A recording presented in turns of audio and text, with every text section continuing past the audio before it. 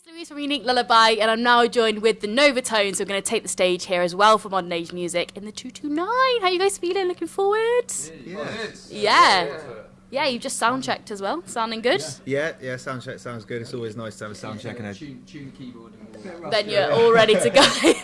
Is this your first gig of the year?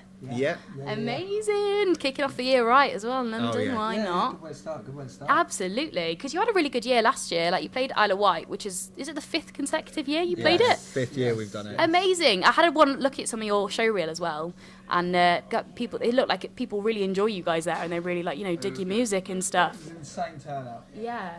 Yeah, definitely. It's one of these things where we never really know why.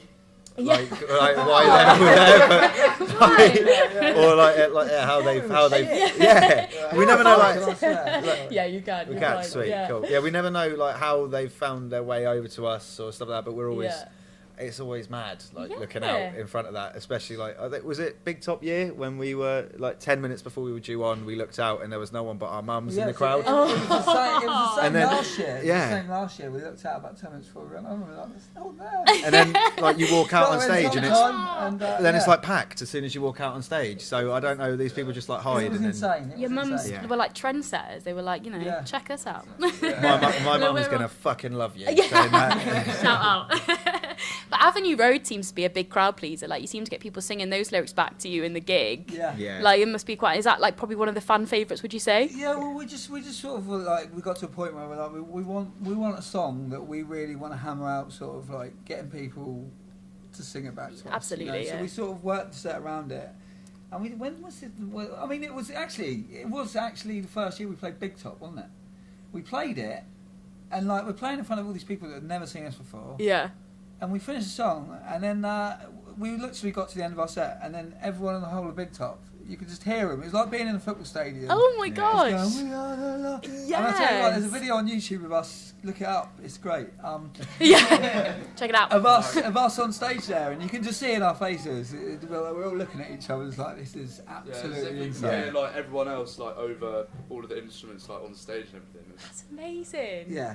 It That's was exactly a really what you powerful moment. That was. And that was it. And then we just always worked that into the end of our set, and it sort of become a thing. That either way, we go there. We always finish on that. Everyone sings it. It's all great fun. So, But that's it, because those fans will stick with you as well. Like, they'll follow your journey as well. They're not going to move. They're not going to go anywhere. Yeah, so. exactly. But why don't you listen to me? That is a tune. That is a big tune. I really like that song. It is a belter, and it's nice. It's nice as well because you channel quite a lot of frustration to that song. I found, because I read that it's kind of to do with not getting airplay and getting people to kind of listen. But was it quite a nice release to write that and have it out there? It was, yeah. It was. The writing process was really quite weird. So we basically sort of go every time we practice. We go into a room and then we'll do a little jam to warm up. Someone will play something, we'll all start playing along, and that just sort of the song as you hear it sort of came out. In a 10-minute jam. Yeah. Then we had it recorded, so we wrote lyrics around it, and we were really angry. It was why we wrote the song. Yeah. It was actually the year before we played Isle of Wight Festival, and we just got back and we absolutely smashed it. Insane amounts of people again. Yeah. And we were at rehearsals and we got notified that someone said, "Oh yeah, you're on the Hard Rock Cafe page." So we go on the Hard Rock Cafe page. Yeah. And they put this post up saying, "What a fabulous weekend. Some of our highlights are," and they just reeled off this big list of bands. Yeah. We want mention on there. That's fine. Yeah. That's fine. We're not your thing. I'm not going to get bitter about that. Yeah. But they had 8 photos on there. 7 of the 8 photos were the crowd whilst we were performing. No. Just this insane huge crowd, and it was just right, can't even mention that. Makes no and sense. we just by then we were like, what are we doing wrong? Yeah. What are we doing wrong? So we thought we'd write a song that will never get played on the radio. Yeah, and it did, by Janice Long, didn't it? Which is great. It was absolutely mental. So we're trying to work out who to slag off next. Yeah, that's it. The next song. Dun, dun, dun.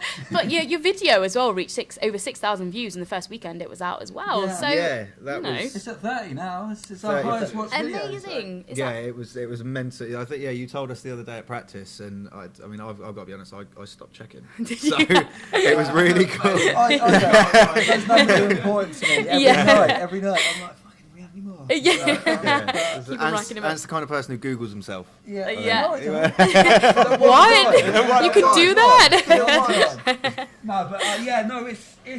It sounds like, we live in an age where you've got YouTubers who get millions and upon millions of views. And you say to someone, "Oh yeah, our videos have 30,000 views," and they probably think, like my daughter, for instance, she'll be like, "So what, Dad?" Yeah, I got 1 million. Like this girl that talks about slime all day, she's had 14 million views, Yeah. But I mean, we're a band that has relatively little or any sort of contact with the actual music industry itself. It's all DIY. Yeah. So to get that many views, it's insane, and it certainly had the effect that we wanted to a point. We didn't get as much radio play as but it was on there. Yeah. But this track seems a lot meatier than your kind of earlier releases, because you released an album, didn't you? And this track seems a lot meatier. So is this the kind of direction you're going in now with your music? Do you find? Yeah, we think so. It's either going to be going in that direction or completely the opposite. It will go one of the two. Yeah. It's probably not going to stay the same. That's the only thing we're certain. That's good. At the moment, we're in quite an uncertain time of which direction we want to go in. Exactly. There's sort of one part of the songwriting end of pulling one way and one part of us pulling the other. Like practice the other day. It was, So we're not sure yet. No. So stuff is on the horizon. You're writing stuff and kind of, are you recording stuff as well, or are you? We will be soon. You will be, Are you working with any particular producers, or are you kind of all doing it yourselves? We don't. I think we might be quite unorthodox, because a lot of people do tend to work with a certain producer, but we just sort of work with whoever's in the studio. That's fair enough. Yeah. I mean, we have in the past. We've in the past worked with Daly at the Ranch. And he tends to do quite well.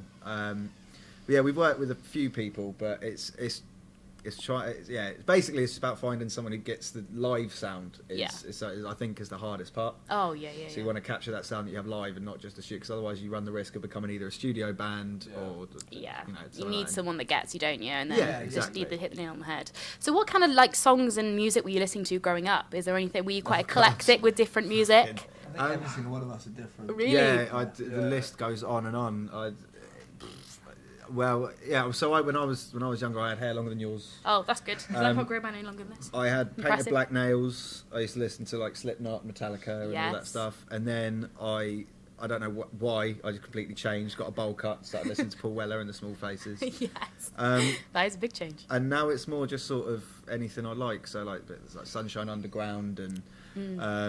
It's to a lot of the Vaccines, and I went through a big stage of wanting to be Bob Dylan. I used to put like oomph powder in my hair, and get the kills, everything like that. But it's mental. It's me and Ant have the weirdest music taste into what we put into our music. Mine is a similar sort of story. I grew up as a young lad, like on the sort of birth of Oasis. So my favourite three bands, as like sort of I'm trying to think how old I was. Quite young, probably 12, 13.